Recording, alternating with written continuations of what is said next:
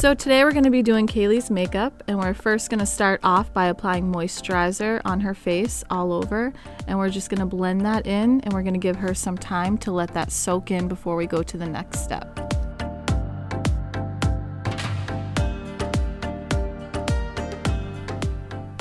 So the next step that we're going to do is prime her eyelids. The primer on the eyelids is going to help us hold that shadow in place all day. If you have a wedding or a prom event, you really want to make sure to use your primer to set everything. I'm also going to use that underneath and in the corner of her eye. What we want to do right now is cancel out any of the purple tones that we see in the under eye. So we're going to use some yellow color corrector. This is a really great idea if you're going to be taking professional photos and to really cancel out and have a blank canvas to work on. So we just put any of that yellow color corrector in all the areas that we see the purple tones.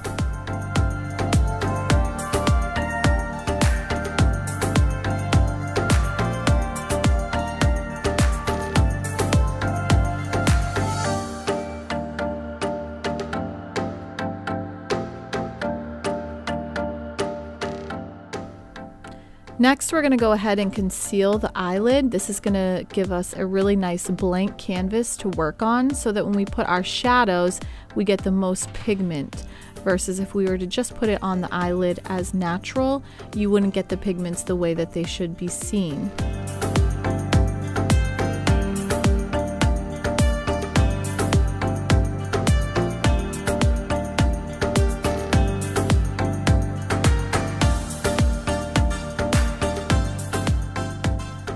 Next, we're going to go ahead and fill in the brows. The brows will give you a nice face frame, so you want to be sure to work from the arch to the tail end and then bring the remainder of the product on the brush towards the beginning. Once you've completed and softened that brow by brushing it out, you can go ahead and use some concealer to highlight and just clean up anything underneath the eyebrow. And you can see me just cleaning up that shape and then also at the top of the eyebrow.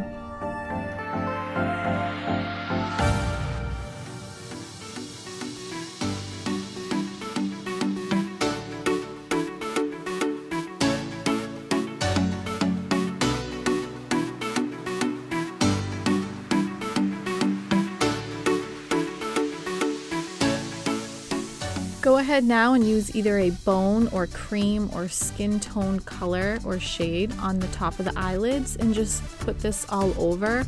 This again is going to give us a nice canvas to work with and make it easier for blending.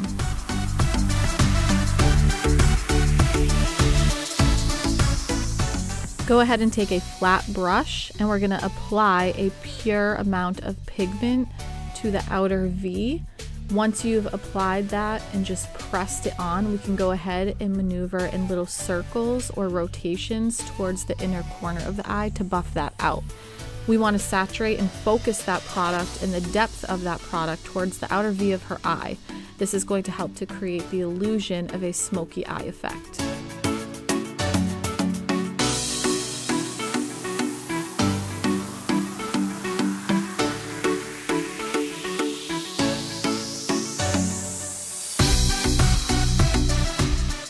And just be sure to go ahead and blend and just keep blending, especially in the eye areas. This is so important to create a seamless look. You don't want any hard lines for this look.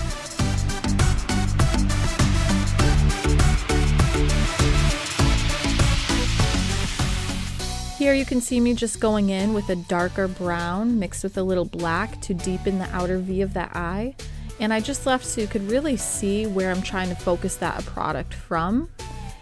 And this product has some fallout.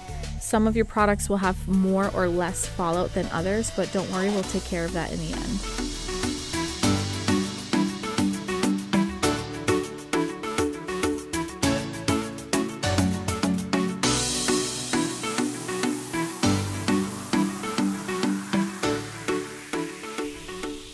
What we're going to do next is just take our makeup wipes and just clean gently that under eye area.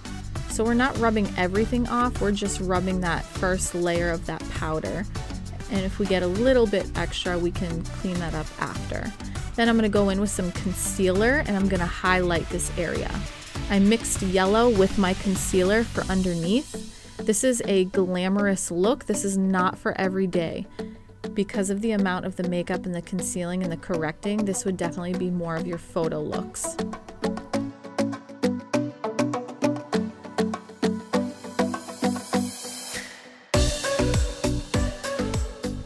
You can see me going in with a green color correcting concealer right now.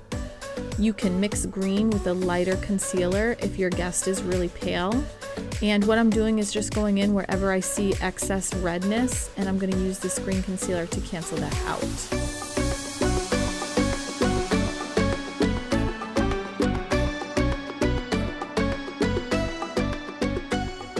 Blending is really important when it comes to any of these steps in makeup.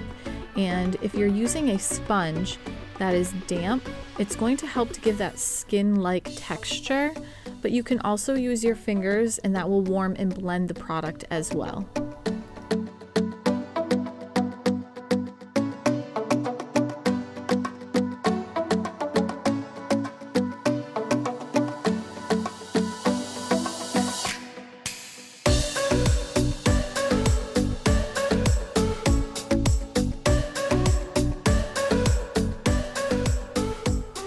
The next step is a foundation, so find the correct match. When we're applying the foundation, it's really important to remember that you're not matching the face skin tone, but you're matching the neck skin tone. So make sure that you have your guests in some really great lighting, and sometimes you have to mix the colors to get the perfect color for her neck to match.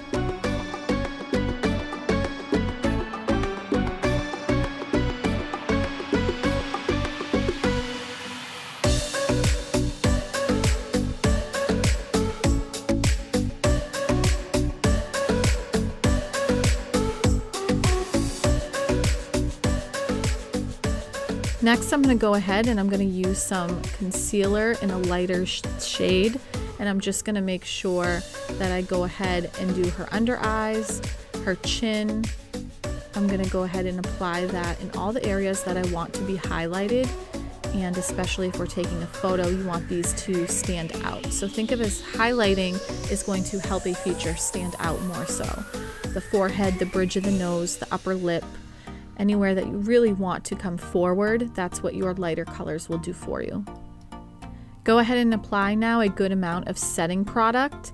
A little excess is okay because as she sits there and bakes, it'll give time for her skin to absorb any of the oils or any of the moisture content, and that will set really nice for you.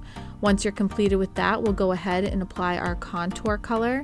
And remember that contouring is going to be the darker shade, and you want to stay within 2 shades darker than what her normal skin tone is.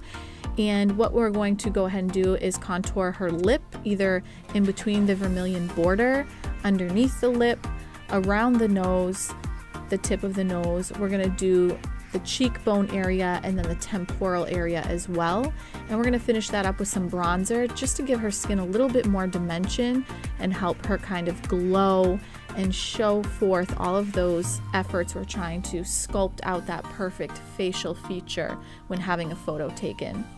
Blush on the apples of the cheek and a little higher. All of these things will definitely depend on face shape as well, and I also like to put the blush on the bridge of the nose. Next, I'm going to go ahead and add some highlight on the inner corner of the eyes. And once we've had that place there, go ahead and do the high cheekbones, the bridge of the nose, and the vermilion border or the upper lip area.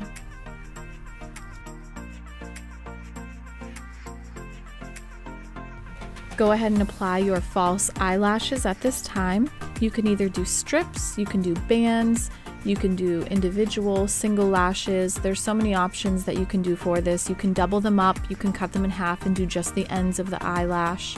Go ahead and cover that band with a liquid or a gel eyeliner. It's going to give you the best look when it comes to pictures and kind of deepen that lash line.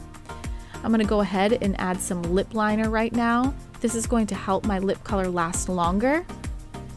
If you want to overdraw your lip and make it look fuller, you can do that as well. And then I'm just adding a lipstick color. It's a cream lipstick, and then a lip gloss. Finish up with a new mascara spoolie and some mascara, and then finish her off with some sun spray or setting spray, and that will lock everything in.